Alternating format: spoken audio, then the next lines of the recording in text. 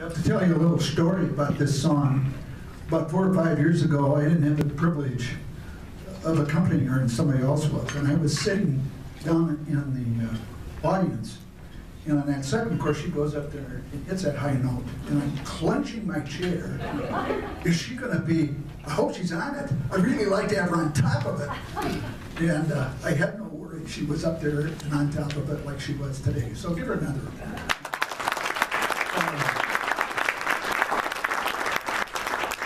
We're going to check the menu here and see, okay.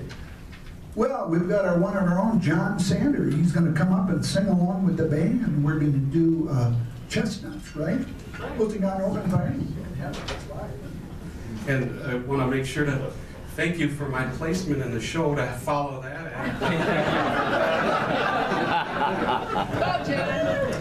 In response to the question about was this amateur, that portion begins now. Hey, John, we're moving from church to the lounge.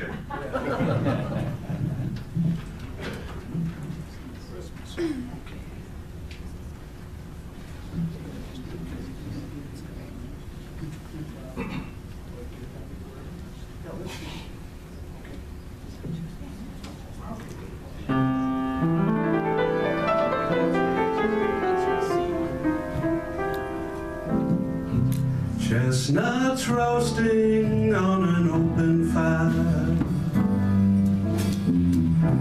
jet frogs nipping at your nose, Yuletide carols being sung by a choir, and folks dressed up like Eskimos. Everybody knows a turkey and some mistletoe help to make the season bright. Tiny tots with their eyes all aglow will find it hard to sleep tonight.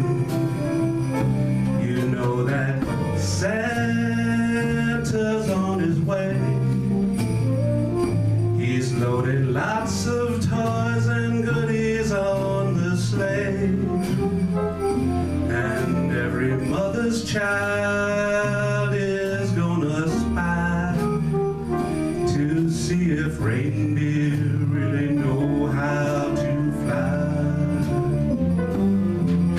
And so I'm offering this simple phrase to kids from 1 to 92.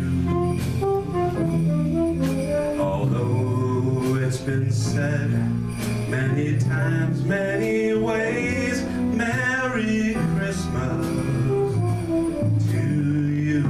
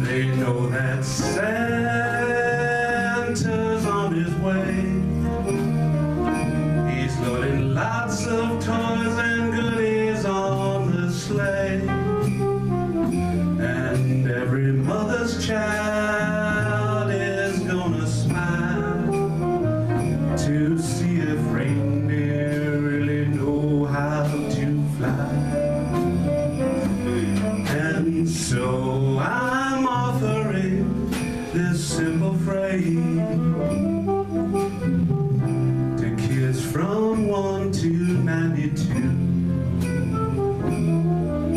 Although it's been said many times, many ways, Merry Christmas, Merry Christmas, Merry Christmas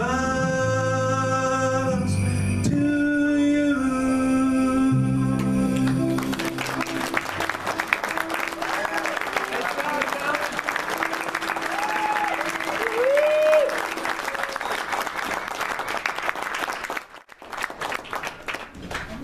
Well, here she comes. She doesn't need an announcement. She didn't even tell me what she's going to say. That's because I didn't know until last night. It's, my talk tonight is, or today is what goes around comes around generation to generation. Many of you know that my mother moved here from Oregon at the end of May. She lives in an enhanced assisted living situation. She's 84 and she has Parkinson's. And because of macular degeneration, she has poor eyesight. But other than that, she's quite funny and very aware and curious about what is going around in the world. So this is the first Hanukkah that I've shared with my mother in a very long time. Hanukkah in our family was never a big deal.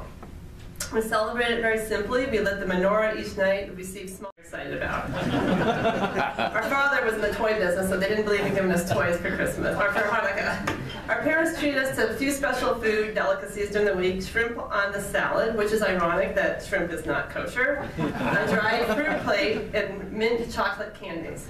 So now that my mother is 99% dependent on me, I got to call the shots this year for Hanukkah. I was going to be out of town for the first night, so I wrapped up a beautiful, in beautiful blue paper some photo frames.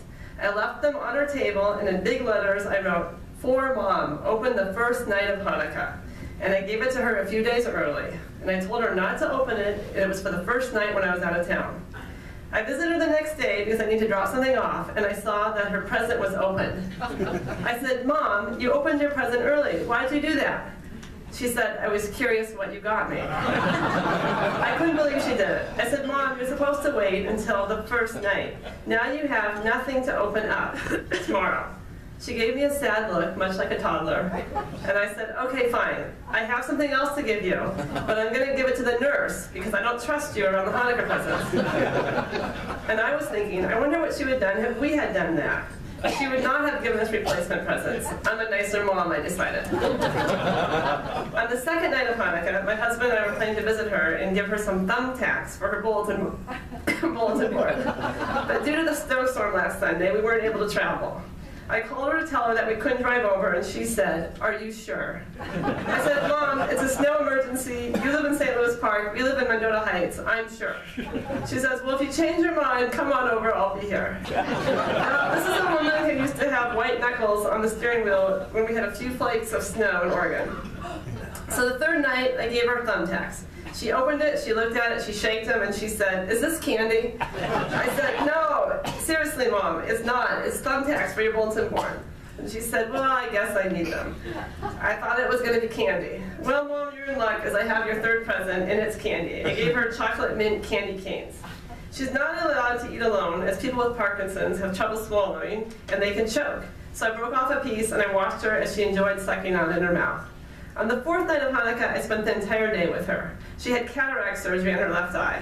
That morning when I got to give her, I said, "Mom, you're getting the ultimate Hanukkah present tonight." She said, "What's that?" I said, "Everything's going to seem brighter to you after your surgery.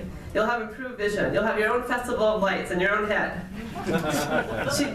We finally got back to her room after the surgery, and it was 6 o'clock, and I brought my mom, and the aide came and brought my mom a fish dinner. She said she didn't want it, and she wanted her candy cane. I told her that she hadn't eaten much because she had to fast for the surgery and she needed protein, so eat the fish. She said, "You eat the fish and give me the candy cane, and I'll tell you if there's any protein in the candy cane if it fills me up." I said, "Fine, I'll eat the fish, but I'm going to order you a peanut butter and jelly sandwich and eat at least half of it, and then you can have your candy cane." So she ate the sandwich, I gave her a candy cane, and as I mentioned, she's not able to eat alone, and I watched her enjoy this candy cane. And if you've ever been around someone with Parkinson's, everything's very slow. She picks it up, she looks at it, she starts licking it. And I realized this is going to take a long time, and she had me captive.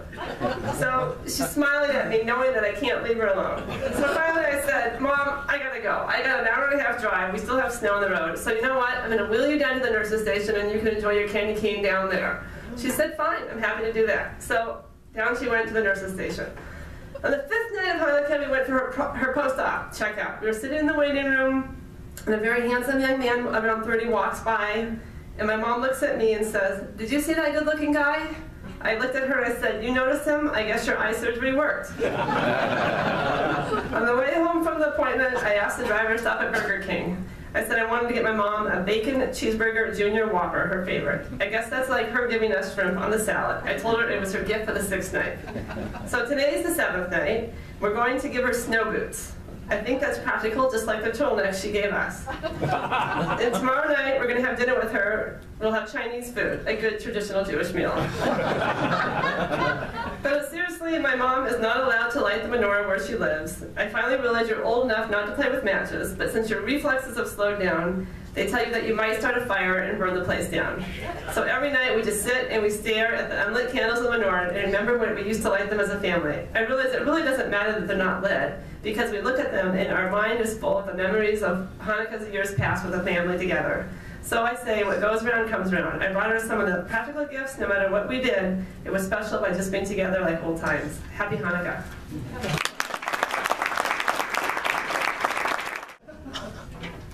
Lisa and Lover is going to sing a song that was new to me called The Christmas Waltz. Lisa, it's your turn.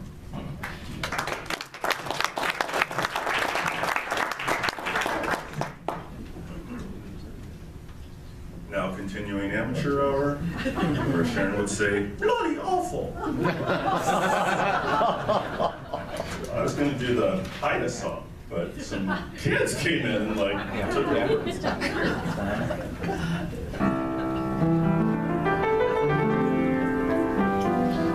Frosted window panes, candles glowing inside, painted candy canes on the tree. Santa's on his way, he's filled his sleigh with things for you and for me. It's that time of year when the world falls in love. Every song you hear seems to say Merry Christmas. May your New Year dreams come true. And this song of mine, in 3/4 time, wishes you and yours the same thing too.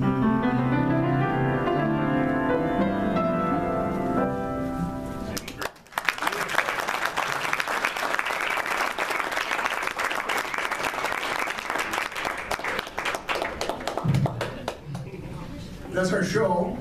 Thank you very much for your support.